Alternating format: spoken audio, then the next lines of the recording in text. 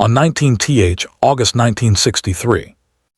There's a photograph in the FBI archives that nobody was supposed to see. In it, Dean Martin sits at a table in a Las Vegas casino, his arm casually draped over the shoulder of a man who should have terrified him. That man was connected to 5 murders. That photograph was dated 1958. And what you're about to hear is the story of how one of Hollywood's most beloved entertainers became entangled in a shadow war with organized crime. A war that nearly cost him everything he'd built and almost ended his life.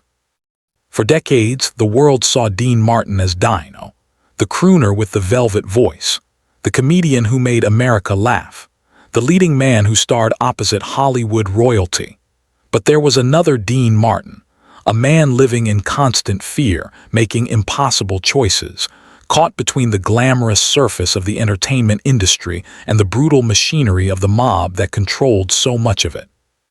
This is the untold story of his fight to survive, and it starts in a place you'd never expect. It was 1915 in Steubenville, Ohio, a steel town, a gray town, a town where the sky was perpetually stained with industrial smoke and where dreams went to suffocate. This was where Dean Martin was born, originally Dino Paul Crosty, the son of a barber and a seamstress. His father, Guy Crosty, was a stern man shaped by poverty and old-world traditions. His mother, Angela, carried the hopes of a better life in every careful stitch she made. But in Steubenville, there were no guarantees. There were only streets controlled by people you didn't cross, rules you didn't break, and a hierarchy of power that had nothing to do with talent or ambition. Young Dino grew up surrounded by bootleggers and hustlers. Prohibition was transforming the American underworld, and Steubenville sat right in the middle of it. He could hear the violence in the language people spoke around him.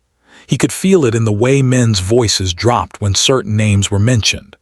And perhaps most importantly, he learned early that in a place like this, having a skill, a gift, could be your only way out. Dino had a gift. He could sing. By 16, he was performing in clubs, his voice carrying a sophistication and warmth that seemed impossible for someone from such a rough place. By his early 20s, he was changing his name to Dean Martin, shedding Steubenville like a skin, determined to become something bigger, something untouchable. He believed that stardom was the answer. That fame would lift him above the grime and violence of his youth, that the bright lights of Hollywood would keep the darkness at bay. He was wrong. What Dean Martin didn't understand was that when you come from a place like Steubenville, you can change your name, change your face, change your whole life. But the connections you inherit, the debts embedded in your blood, the people who remember where you're from, they follow you to the ends of the earth. And in the late 1940s, as Dean Martin was beginning to rise through the ranks of Hollywood entertainers, those connections caught up to him in a way that would define the rest of his life. It started with Jerry Lewis. Their partnership was lightning in a bottle, a phenomenon that rewrote the rules of comedy and entertainment. Together, they sold out theaters. Their films grossed millions. They were the hottest act in America on stage and on screen, and the money was flowing so fast and so abundantly that it seemed like it would never stop. But success like that attracts attention. Dangerous attention. By 1950, Dean Martin was making friends in Las Vegas. And these weren't the kind of friends you met at social clubs or through mutual acquaintances in the entertainment business. These were men who owned casinos, men who made deals in rooms without windows, men who saw a talented entertainer with deep roots in the Italian-American underworld and recognized an opportunity and a potential problem. The problem was simple. Dean Martin was too valuable to lose to someone else, and too visible to control through ordinary means. He was becoming more famous, more independent, more difficult to manage. And the men who held power in Las Vegas and beyond were beginning to realize that they might need to remind him where his loyalty should lie. In the spring of 1951, something happened that changed everything. Dean Martin was approached. Exactly how and by whom remains unclear, but the FBI files suggest it involved intermediaries connected to major organized crime families, with a proposition: Las Vegas needed him. The casinos needed him. They were building something extraordinary in the desert, creating a playground for American wealth and power, and Dean Martin's presence, his star power, his appeal to the kind of high-rolling clientele that spent millions, was essential to that vision. But there was a catch, and this is where the story becomes genuinely dangerous. The catch was that Dean Martin needed to become a property, not just an entertainer who played Vegas occasionally, but someone who could be relied upon, who understood the rules, who knew that there were people above him in the hierarchy of power. The mob didn't ask for his money. They already had more money than he could imagine. What they wanted was his cooperation, his presence, his compliance, and most importantly, his silence. The exact nature of what was asked of him in those private meetings remains murky. Some sources suggest it involved introducing powerful clients to exclusive parties. Others point to his role in facilitating business transactions that he may not have fully understood. What's clear is this: Dean Martin, the boy from Steubenville who thought he'd escaped the underworld, had walked directly back into it. And he was no longer just a participant. He was a piece of the machine. By 1952, the pressure was mounting. Jerry Lewis, sensing the shift in Dean's demeanor and the strange new associates surrounding him, began to ask questions. Jerry could see that his partner had changed. There was a guardedness now, a careful way of speaking, a fear that seemed to emanate from Dean's very pores. But Jerry was also beginning to face pressure of his own, not from the mob directly, but from the studios, from producers, from people who were making it clear that his continued success depended on his flexibility, his willingness to play ball.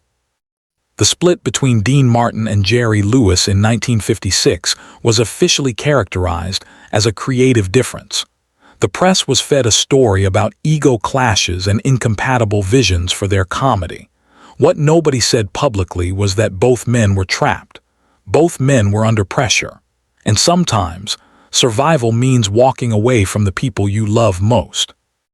There's a moment in 1957, documented in multiple interviews and memoirs, where Dean Martin was seen at a restaurant in Beverly Hills, visibly shaken, chain-smoking cigarettes with trembling fingers.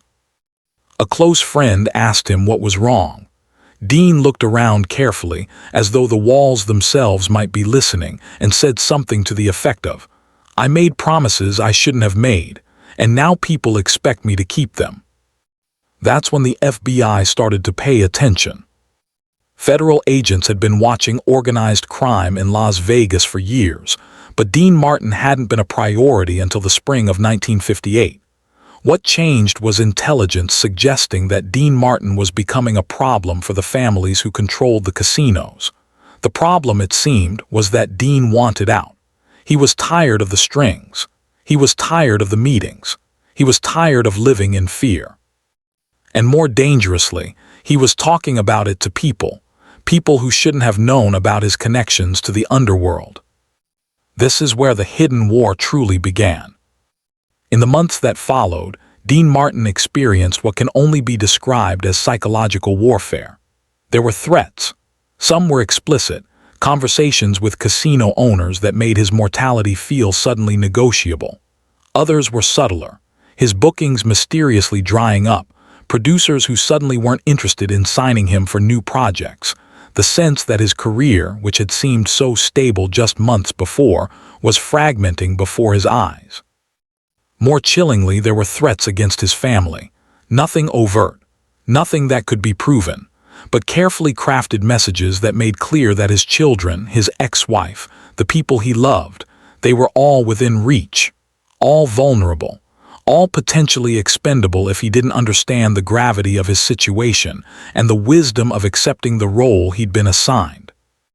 The fear was paralyzing, and for a man whose entire identity was built on charm, on the ability to make people smile, to light up a room with his presence, that fear was like a poison seeping through his veins. He couldn't sleep. He couldn't perform with the same joy. His weight dropped. His marriage suffered. The light was dimming and everyone around him could see it. But Dean Martin made a choice. It's the choice that defines him, really, far more than any award or album or film.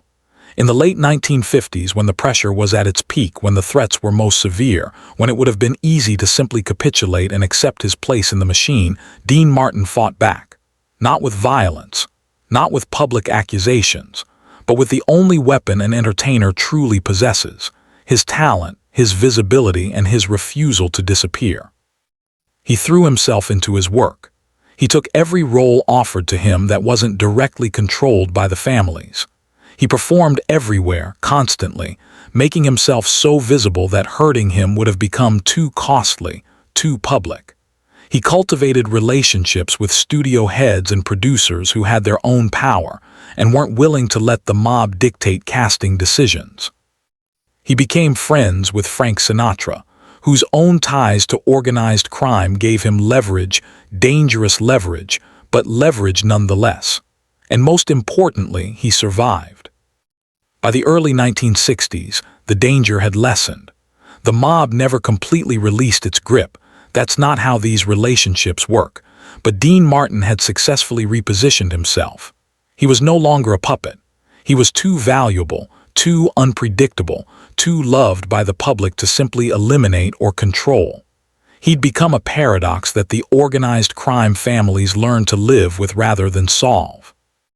What nobody told him during those dark years, what he only discovered much later through FBI files released under the Freedom of Information Act, was how close he'd come to something far worse than just losing his career. There were discussions, actual, documented conversations among high-level mob figures about whether Dean Martin had become a liability that needed to be permanently handled. A file dated March 1959 contained a conversation between two major mob bosses discussing the possibility of silencing the singer in a way that would look like an accident. Was never acted upon. Why? The historians and researchers who have studied this period point to several factors. Dean's public prominence made him an assassination risk that outweighed the benefits of removing him. His subsequent success and independence made him less of a threat. And perhaps, just perhaps, some of the men who had power over him still remembered the kid from Steubenville who had sung his way out of nothing, and somewhere, in whatever conscience they possessed, that counted for something. Dean Martin lived another 40 years after that period, still performing, still beloved, still carrying the scars and secrets of what he'd endured. He never spoke directly about it. There was no memoir revealing the truth, no tell-all interview where he detailed the threats and the fear. That wasn't his way. His way was to pick up a microphone, to drink a martini, to smile at the camera, and to sing like a man who had nothing to fear and nothing to lose. But the people close to him knew, and anyone who looks deeply at his life can see the moment when something broke and reformed differently inside him. The fearless young comedian of his partnership with Jerry Lewis was replaced by a man more careful, more guarded, but also more resilient. A man who'd looked into the abyss and found the strength to look away. In the end, Dean Martin didn't escape the mob. Nobody from Steubenville completely escapes the mob, but he did something rarer, something more remarkable than escape. He survived. He transcended. He took everything that tried to break him, everything that should have destroyed him, and he transformed it into art. His voice, that beautiful, effortless voice, became the sound of survival itself. The photograph in the FBI archives, the one with his arm around the shoulder of a dangerous man, still exists. It's still classified in some parts, but it tells a story that Dean Martin never could, a story of compromise, of fear, of a man caught between worlds, trying to navigate the impossible space between the glamour of Hollywood and the brutality of the men who controlled its machinery. He succeeded in a way that very few do. He won a war that almost nobody knew was being fought, and he did it the only way an artist can, by refusing to let the darkness define him, by insisting, through every song, every performance, every moment of grace he brought to the screen, that there was beauty in the world worth fighting for. That's who Dean Martin really was. Not just Dino, the crooner with the velvet voice, but a man who stared down the mob, who defied the people who wanted to own him, who claimed his own destiny even when it seemed like every force in the universe was conspiring to take it away. And that, perhaps, is the greatest song he ever sang.